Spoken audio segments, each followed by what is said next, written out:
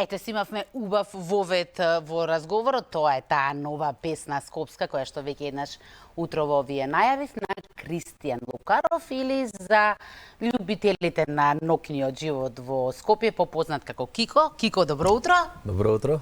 Кико, имаме три варијанти опции да го започнеме разговорот. Едно е да зборуваме за тебе, друго е за промоцијата на песната која што беше во средата и трето е за самата песна. Предпоставувам дека предност ќе дадеме нели на песната, така е? Па, ајде, да почнеме од песната.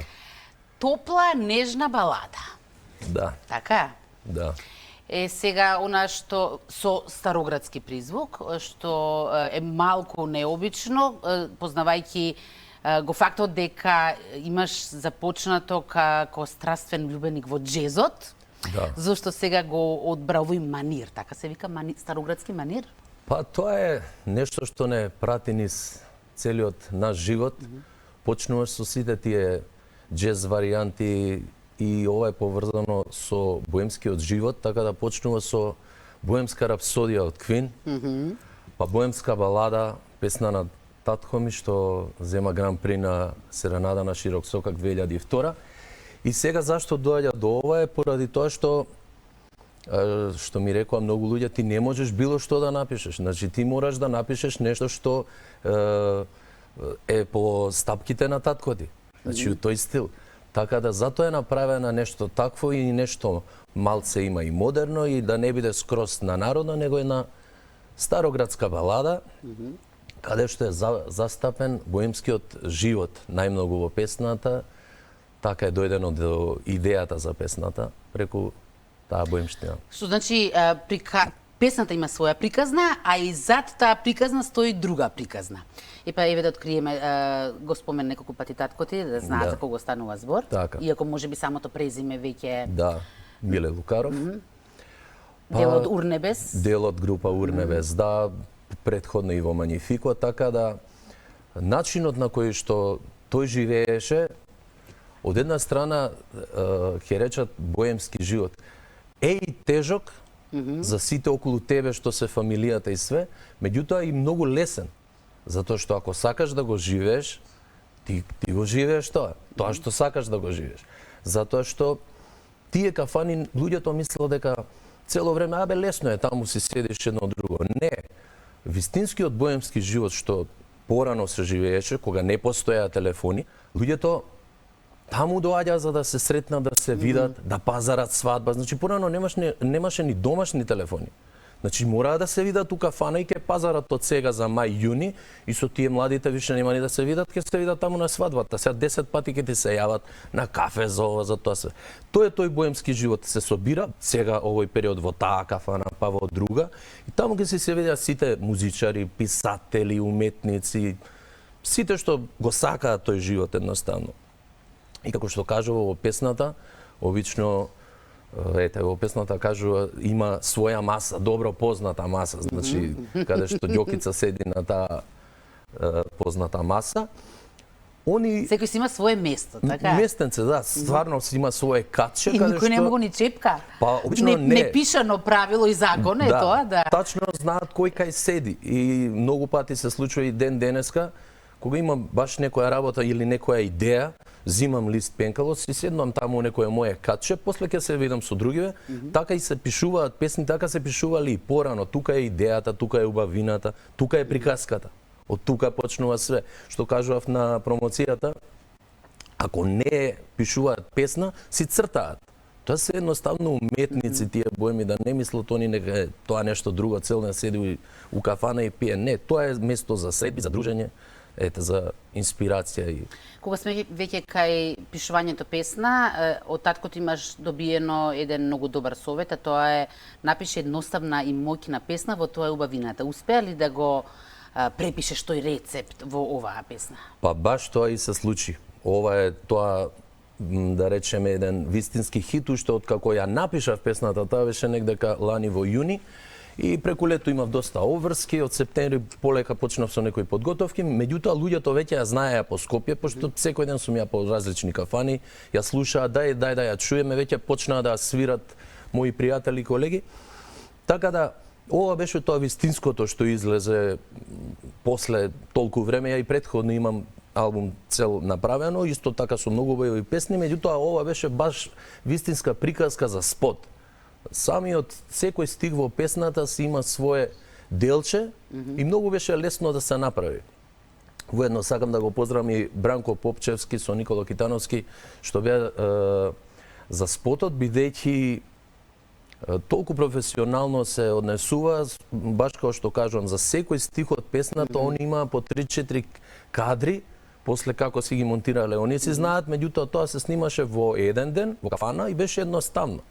Што самиот Бранко кажа, вика, многу едноставно да се направи ова, бидејќи песната све сама си кажува што треба да се случува.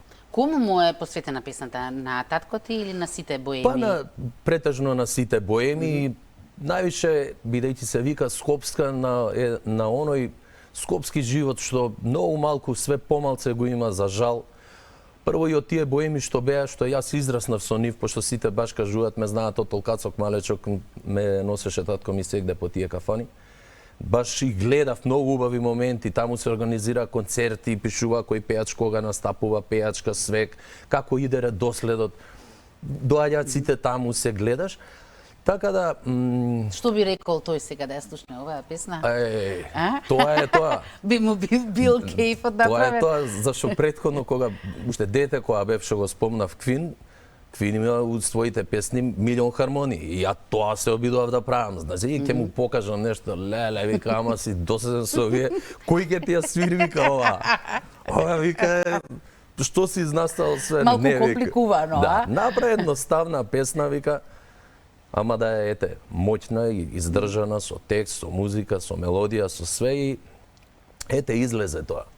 Во самиот спот главна улога може да се каже така, има Џокица Лукаревски, претпоставувам дека не е случајно одбран. Па не е случајно. Прво, никако. Не, тој е актер, второ е, они се братучеди со татко ми.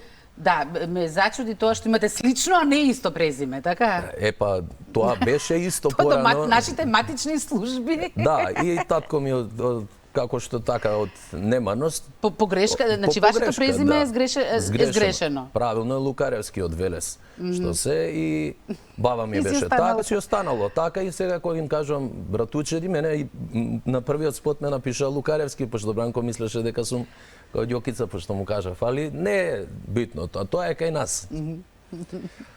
Така да. Па добро, ако не е таа приказна, нема што да се раскажува. Да. Самата промоција во средата беше, вообичаено средите се резервирани за такви моменти, како протече?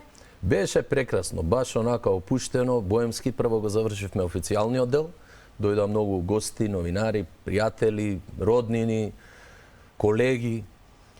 Го изгледавме спотот, за да можеме после да раскажуваме за него, да кажеме за песната, што како е направено. Така да беше кај Вршац, помина многуво и после тоа си направивме као и увек. Значи заврши официјалниот дел, кој остана, си направивме со пеење, со свирење, со сите салтанати, цела вечер и така. Значи, какви беа првите реакции? Тогаш претпоставувам прв пат успеа да малце поширока публика да ја слушне песната.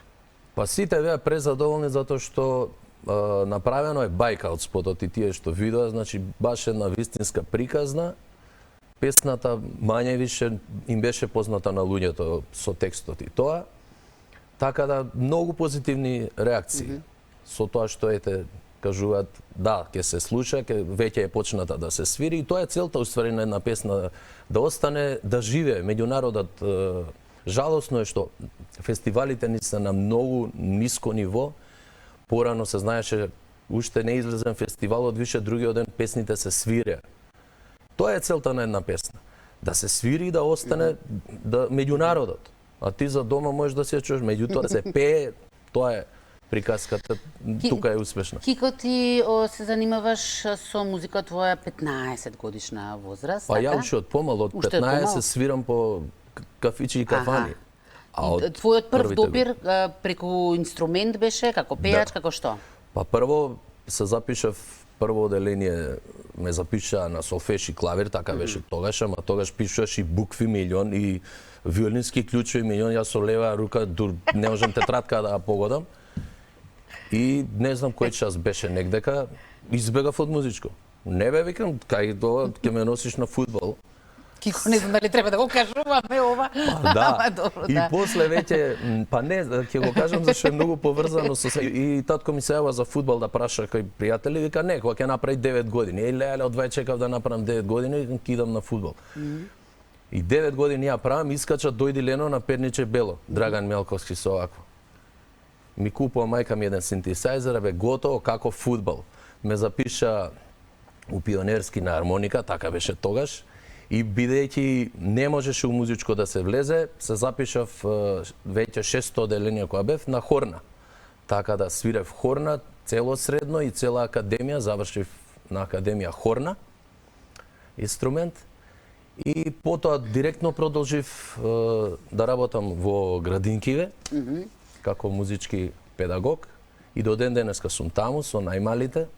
Така една приказка, цел ден сум значи со музика од сабајле до вечер и од најмала возраст еве до ден денеска. И предпоставувам за тебе поубав свет од светот на музиката не постои. Нема друго, да. Тоа е. Значи, вака функционираш сега рано, наутро одиш по градинки, така Да. им предаваш на најмалите, Да. а навечер до доцните часови ги забавуваш возрастните. Така, па и преку ден. Претежно јас преку ден свирам денски свирки што се ето 2-3 на ручек. Тие ми се најкомотни, едноставно најубави, а претежно навечер имам многу приватни ангажмани, каде што еве пријатели, луѓе ми се јавуваат секогаш да сум им слободен, достапен за било што има. Највеќе така, бидејќи малку се смени репертоарот за навечер, некако избега музикиве по Скопјево. Затоа избегавам, си имам своја шема што си ја терам, мој репертоар што си го терам што е баш овој боемски. Тој го правам преку ден, а навечер на приватните луѓе што ми викаат знаат како е тоа и какви журки тераме. Идни планови или предпоставам дека сега во моментов уште уживаш во реакциите од песнава, па сега не размислуваш за друго? Искрено кажано, јас имам многу песни направено што се издало, ете на тоа претходно CD да го кажам, меѓутоа ми имаат многу останато. И така фати некој период, ете поише по свирки, по работа, не можеш да стигнеш све, па како фати ова пандемија и реков, кога ќе излезе оваа песна, значи после тоа во план ми се сите тие песни што се подостанати да ги извадам, значи на промоцијата најавив дека минимум уште 90 песни ќе излезат да се направи како една целина, како еден албум и ќе биде, да кажам, шаренолик. Затоа што јас знам на свирка, кога настапувам тоа што го кажав, каков репертоар презентирам од сите можни врсти, дали е странска песна, италијанска, грчка, српска, македонска, значи све измешано на луѓето, тоа им се свиѓа. Не се да фатиш едни седморки и 2 сата. Не, значи ќе биде од ова нешто измешано со сите принеси да биде задоволен еден слушач кога ќе слуша да све да има. Кико, јас многу ти благодарам на твој гостување и ти посакувам многу успех. Те очекувам и со следната песна секако овде. Сега претпоставам треба да им се вратиш на најмалите ученици, така те очекуваат? Па не, денеска се најавив дека нема да стигнам, затоа што после сум уште Добро, не некој- мораме да кажеме се. Да, да.